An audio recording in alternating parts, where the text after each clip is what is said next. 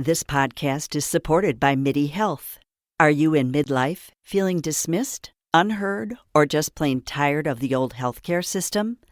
You're not alone. For too long, women's serious midlife health issues have been trivialized, ignored, and met with a just deal with it attitude. Many of us have been made to feel ashamed or forgotten. In fact, even today, 75% of women seeking care for menopause and perimenopause issues are left entirely untreated. But here's the powerful truth. It's time for a change. It's time for MIDI. MIDI is not just a healthcare provider. It's a women's telehealth clinic, founded and supported by world-class leaders in women's health. What sets MIDI apart? We are the only women's telehealth brand covered by major insurance companies, making high-quality expert care accessible and affordable. Our clinicians provide one-on-one, face-to-face consultations where they truly listen to your unique needs. We offer a full range of holistic, data-driven solutions, from hormonal therapies and weight loss protocols to lifestyle coaching and preventative health guidance. This isn't one-size-fits-all care.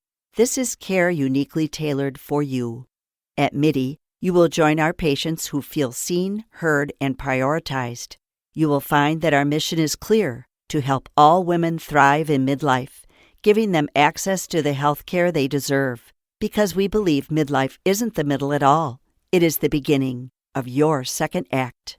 Ready to feel your best and write your second act script?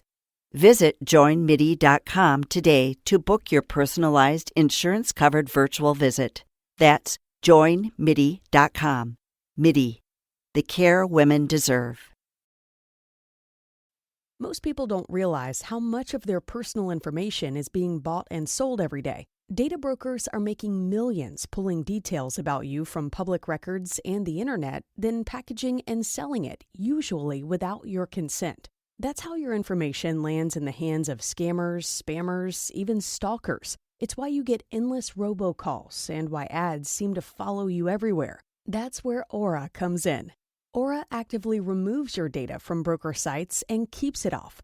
They also instantly alert you if your information shows up in a breach or on the dark web. But Aura goes beyond data protection. With one app, you get a VPN, antivirus, password manager, spam call protection, dark web monitoring, and even up to $5 million in identity theft insurance, all backed by 24/7 US-based fraud support.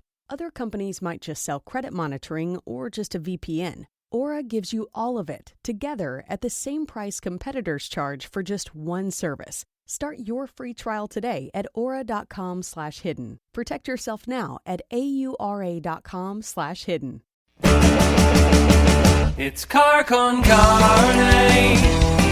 Let's eat in the car. It's car con carne. And now here's the star of our show, James Van Alstyne.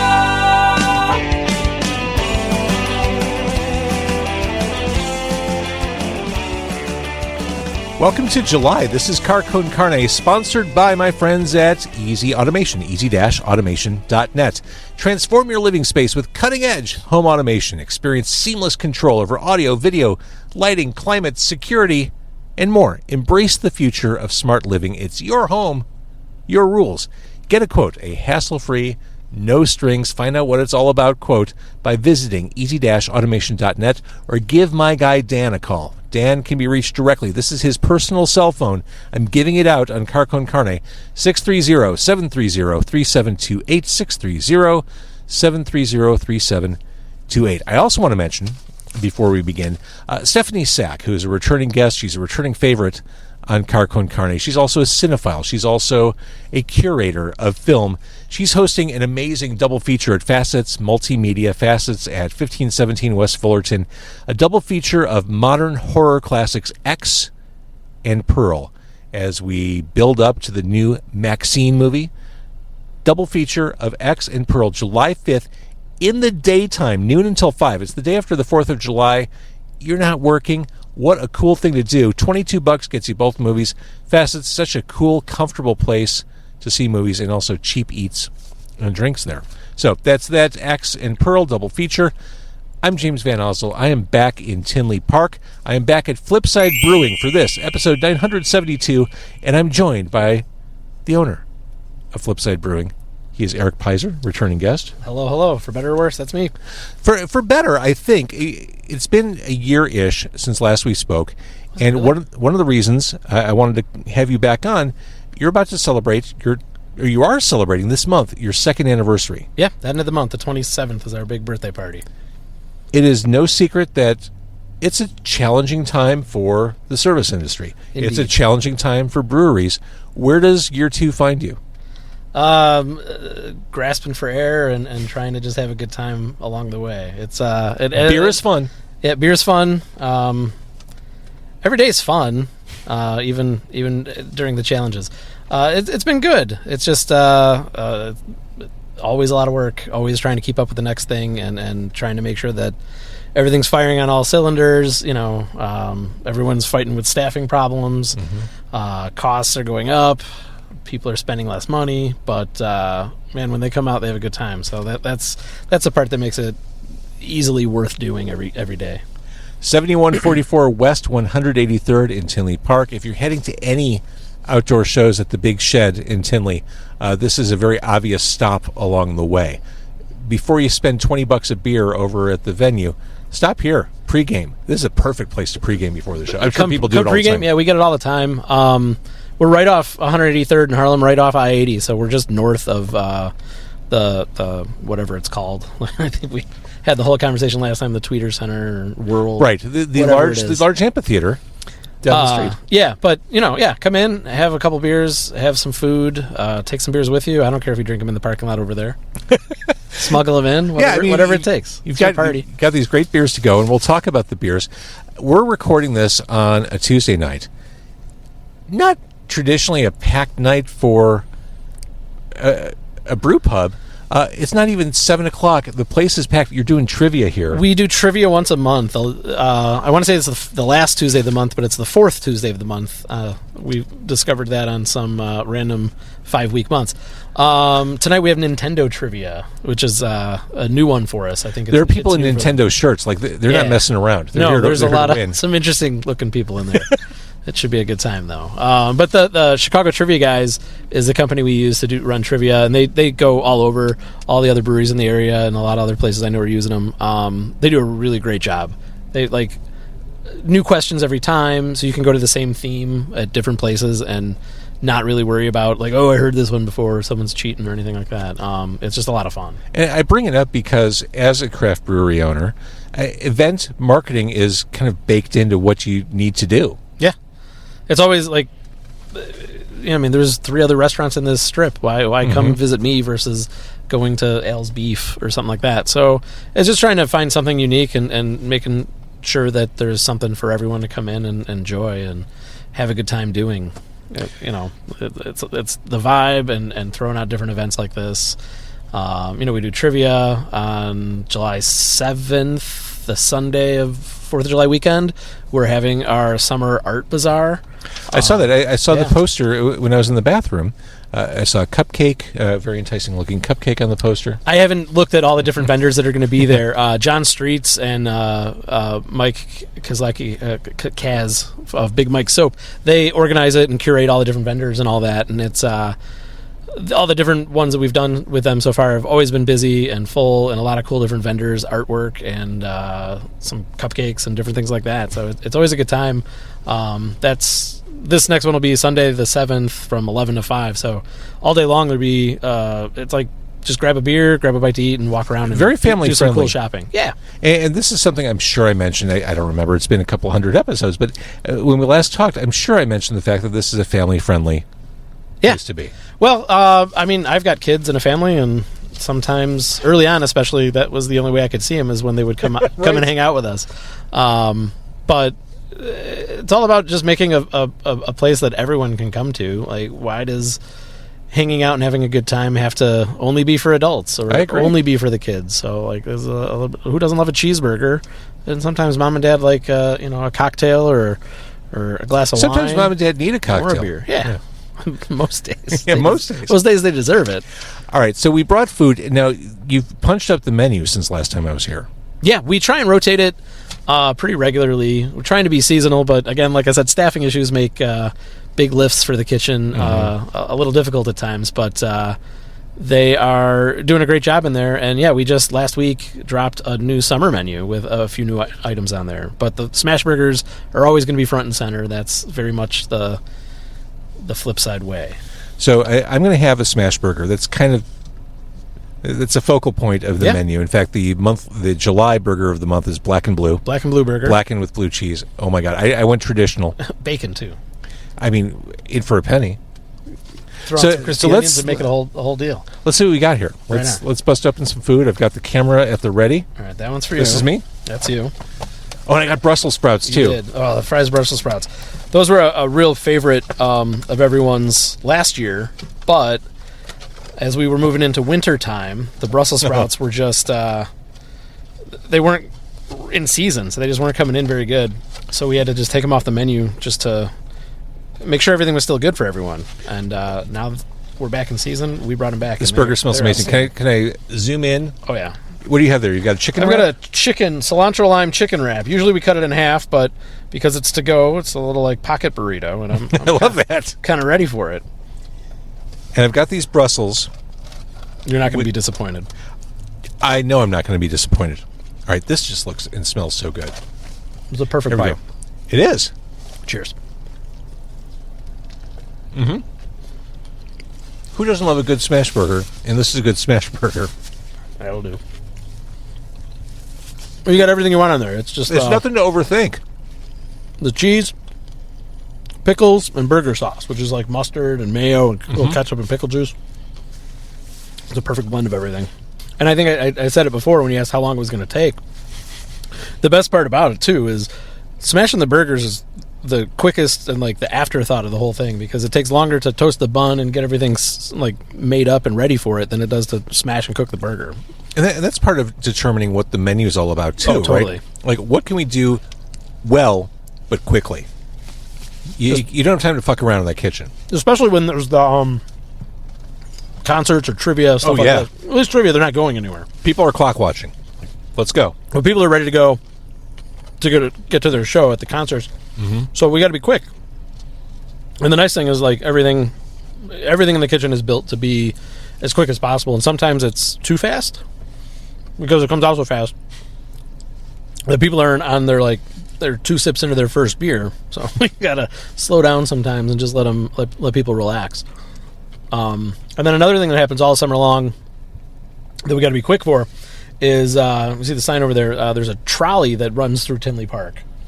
It's a free trolley that anyone can hop on, hop off Wednesdays from 5 to 10 p.m. The Ale Trail. The Ale Trail, Tinley Park Ale Trail. So there's 4 breweries in town, and then there's a bottle shop, pour your own wine and whiskey bar, and then a nice craft beer focused restaurant. So that's all 4 corners of the circle. So they run 2 trolleys around. So every 20 or so minutes, you can hop on or off and go to the next spot. It's free. I've got to think that's great for Tinley Park. It's outstanding. From a community building. It started last year. It was a great reception. It was great for business, which is also great. But it's just a really, really fun thing to do because you can visit all the different places or stay on. Oh, we'll skip this one. We'll get that next week, and just kind of keep going around and around and around. But all of a sudden, there's suddenly, drop 30 people off. And then 10 minutes later, the next trolley shows up, and another dozen get off and walk in. So it gets rocking pretty good. Erik, I could have 3 of these burgers. I know. I mean, the beer is crushable. The burgers are crushable. Oh, my God. This is something. So, being in Tinley Park, are you a local? Was it important to be in this community? So, I live in Palos Heights, which is about 7 miles straight north of here. My house is, anyway. So, the general area, but I have history with this location. I had opened a brewery here about a decade ago now, and left a while back. So, it was kind of neat to go through my career and do a few other stops, and then when this place was available and I was in a position to kind of make a move, it only made sense to kind of do this. So, it's been great to see a lot of old regulars that have known me since the very beginning still come in. You know, Yeah, like for that sure. couple that just walked by. Like they've been coming here since I was here at 3:50. That's which pretty is cool. really neat. Yeah, Johnny, my bartender tonight, who's helping you. He started as Super nice dude. super great guy. He started as a regular here. All right, so let's talk about the beer. We're in the car, so obviously we're not drinking the beer. that We would can be talk bad. about the beer, though. What I like about this brewery, and I suppose it's not unique, but I like that you do this, you have a range of ABV beers. So depending on what your needs are, if you're just stopping over before driving somewhere else, you have a low ABV, like Haunted Pass is 3.8. Mm-hmm. Your lager, the Flipside lager, is 4.2, which is also...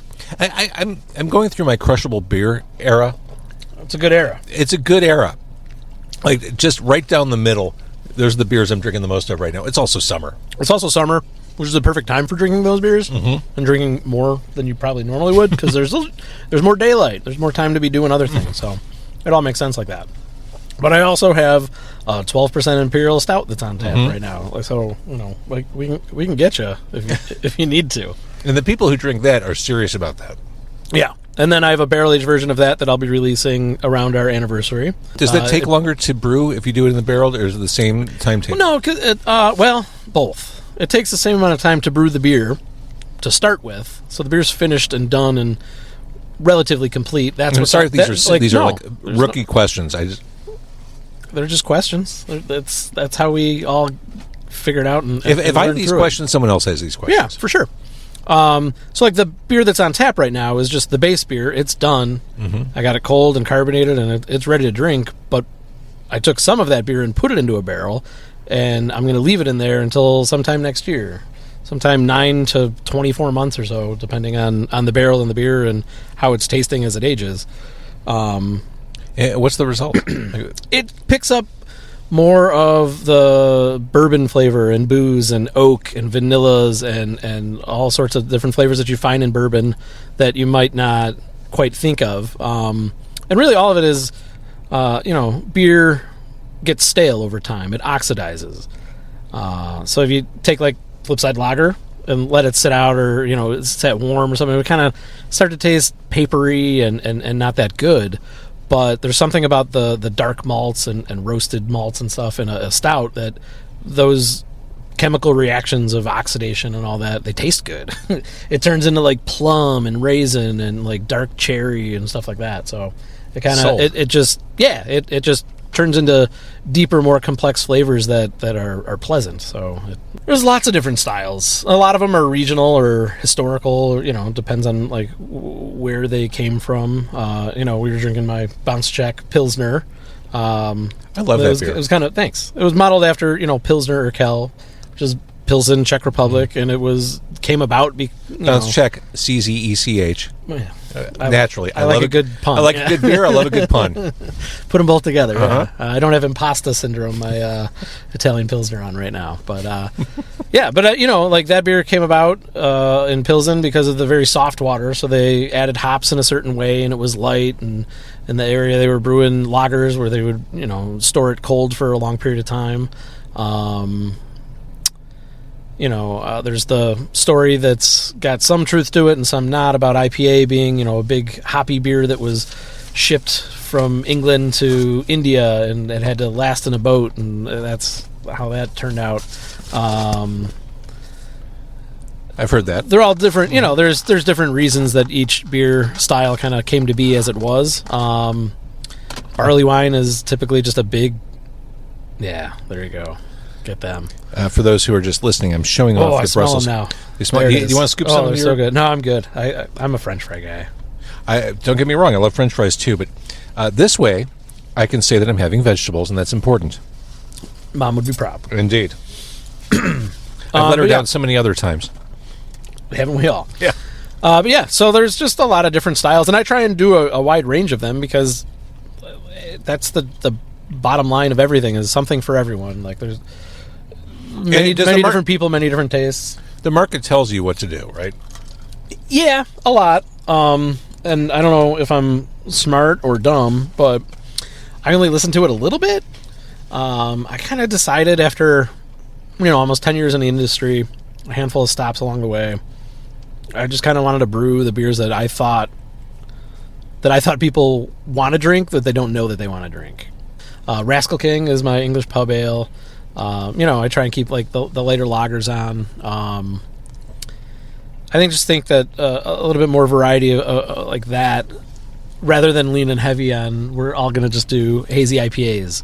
I think I make a decent hazy IPA. I think I make better than some other IPAs I've had, and nowhere near as good as some other hazy IPAs I've had. So, every brewery has an IPA. Yeah. That's the part where the market is telling you what to have. But my question is, what makes an IPA an IPA? What makes it so popular? That just tastes good. Who doesn't love citrus and fruit and tropical fruit and pine and all those flavors together? To me, I just think it's an appealing flavor. When people come in and tell me they don't like hoppy beers, I try and convert them, but I don't care in so much as I just want someone to have a good time and have what they like. Mm-hmm. But like, why don't you like it? What don't you like about it? Oh, they don't like the bitterness. Okay, we can work through that. Mm-hmm. Like my Last Stop IPA is pretty bitter, but it's supposed to be. But like the Monochrome Dream, my hazy IPA, is far less bitter. All right, what's a hazy? Hazy is a relatively newer style that was thought was just going to be a fad. And forgive me, it is absolutely not a fad. I'm giving you beer 101 questions because you make this stuff, and I know there are people who just see these things on a menu and they kind of know what it is, but they kind of don't. Yeah. Well, the nice thing is I think here at Flipside, we're definitely pretty open with talking about it and trying to teach and at least educate enough to make sure that you're getting a beer that you're going to like and want more of. So you're talking about the hazy. Mm-hmm. So hazy IPA, New England IPA is kind of where they started. And they're basically what they sound like. They're going to be lower in bitterness. They're not going to be clear because we had so many more hops than a normal. A double dry hopped would be another phrase that you would hear around that style.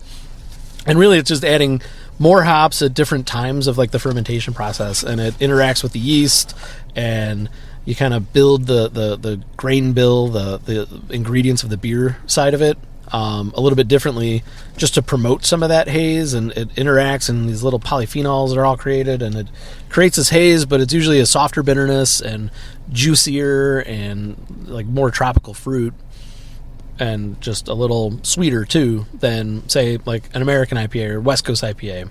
Think like Bell's Two Hearted, right? It's light, not a lot of body to it, just enough, but it's got a real firm bitterness and like an aggressive grapefruit kind of note to it that is refreshing and all that, but it's got a sharper bite to it because of the bitterness to it. Which now, I myself have a real firm bitterness. Am I an IPA? You might be. Ask yourself, are you really bitter? These Brussels are delicious. Now, I know this is perhaps not the healthiest preparation of Brussels because I enjoy them so much. It's still a vegetable. It's still a That's vegetable. all that matters. But yeah, they're lightly fried and then tossed in like a maple vinaigrette glaze sort of deal. Yeah, you basically turn Brussels into candy, and I'm here for it. Right? This is the way to go. I'm for it. They're really good. I realize as I'm almost done with this that I've just been like going to town as you've been talking. Like, I cannot get enough of these. You left me hanging there, so I just went for it. You looked happy. I thought I'd feel the air. Dead air is not good. Right? I'm at Flipside Brewing in Tinley Park. How could I not be happy? All right, so in talking about the beers, what have we missed? You mentioned Last Stop. What is a Belgian table beer? So that's the style that feels a little bit more made up. Like there might be some historical significance to it somewhere along the way. My version of it is just really low ABV, light, dry, crisp, but really refreshing. It's kind of delicate. It's almost fancy beer, but it's also like just a beer that to have on the table and just drink. Thinking of low ABV, we hear all the time, we read all the time, there's a whole generation that's all about NA, they're not drinking. I've got to think by the same token, there's probably a whole generation that is looking for low ABV stuff. Guilty. Yeah. I mean, I look at ABV first when I look at a beer menu, and then I look at the style, and then kind of go from there. But I like to drink beer. I'm kind of have just one speed of drinking, and it's on. So the lower ABV, the better, because I'm going to have the same amount no matter what's in front of me. So I try and pace myself that way. But yeah, no, we do a decent amount of business I carry a few different non-alcoholic beers. Just brought in some. There's a new place in Naperville, Go Brewing, that is kind of lighting the world on fire in the non-alcoholic realm. So I'm happy to support another. They've got brewery. billboards on 90. Yeah, they're like everywhere billboards right with now. attitude. Yeah, literally. like kind of surprised by the attitude on their billboards. They, I think they know what they're doing over there. Yeah. Like the product's really good. The marketing's fantastic, and it just seems to be working. They found the right niche at the right time. For sure. Okay. I could only be so lucky. What's a Kolsch? Kolsch is one of my favorite styles of beer. So Sunside is your 4.8 yep. Kolsch. It is, Kolsch is, so like a lot of beers, so technically it's a Kolsch style ale, because a Kolsch can only be brewed at certain breweries in and around Cologne, Germany. So it's like champagne. It's like an appellation, yeah. It's like that. So anywhere else, you can call it a Kolsch style, but if it's not from there, it's not truly a Kolsch. Okay, I get that. But it's another just really kind of simple beer, like a lot of German beers are. Somehow they're very simple, but really complex in flavor and really delightful. A Kolsch is very similar to a lot of German lagers, where it's light and dry and crisp, but it's brewed with an ale yeast, but that's fermented. So ales are typically fermented warmer than lagers. Ales typically have a little bit more fruity esters and more flavor from the yeast character. Lagers are going to be a little crisper, nuttier maybe, and fermented cooler. So Kolsch is technically kind of like a hybrid. So it's an ale yeast fermented cooler. So there's a little bit of those fruity characters. It's more like kind of like a pear, cherry, apple, like slight on the back end there. But otherwise, it's just like a really crisp, easy drinking, not quite lager. But it's just really refreshing and approachable, and I just think sun and summer and that. I think I'm refreshing and approachable. Am I a Kolsch you are a style Kolscher. beer? Yes, sir. Yeah. You are a bitter Kolsch. Now we're getting into cold IPA territory. It's a whole other story. That's a different podcast. But hearing you talk about what goes into the different techniques and the different flavors, I mean, brewing really is art and science. Yeah, it is.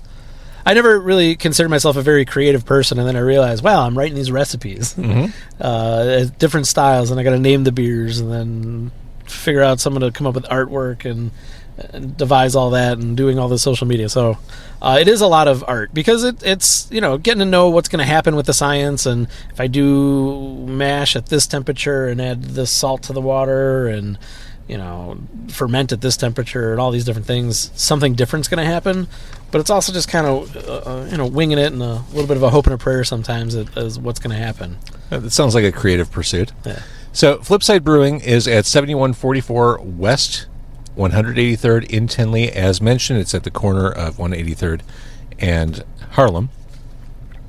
As you celebrate your second anniversary this month, what's the high point for you? Oh, man. What's been the high point? I wasn't ready for that. Aren't you in retrospective mode? No, I'm in, like... Survival mode. mode. I actually have a little vacation trip planned for immediately after the... well earned. The party, so all the stress of getting everything done and ready and prepping and doing all that is kind of what's taking the focus. Yeah. I guess the high point has just been, like, really trying to settle in and really being embraced by the neighborhood and the community.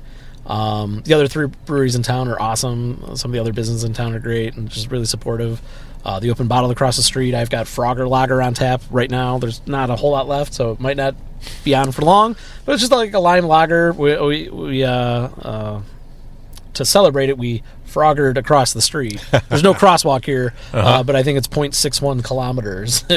And now we know roughly how old you are because of the reference. Frogger? Oh, yeah. Oh, yeah. Exactly. But yeah, no. I think all of that, and then seeing old regulars from my previous pursuits that have followed me across my career, and making new regulars, and then just curating like a really good staff. I'm really happy with everyone that works here. Everyone's really, really great, and I couldn't do without them. Like I do more than I should, and should delegate a little bit more, because everyone I have is really, really capable, and they do a great job. You said something that's come up with me recently, and I think it's so true. You talked about how people who knew you from your previous time here, they kind of pop back into your life. That is the beauty of aging, I think, is you intersect with people at one point, and then they pop back in, and maybe it's not for a long time, but it's fun to like have them. Just yesterday, I was standing behind the bar, and I saw the silhouette of a man walking in. I was like, I think that looks like this guy that I haven't seen in ages, that I know left town and moved to Oklahoma. And he sat down at the bar, and I let him talk for a minute, and I said, "Are you Spencer?"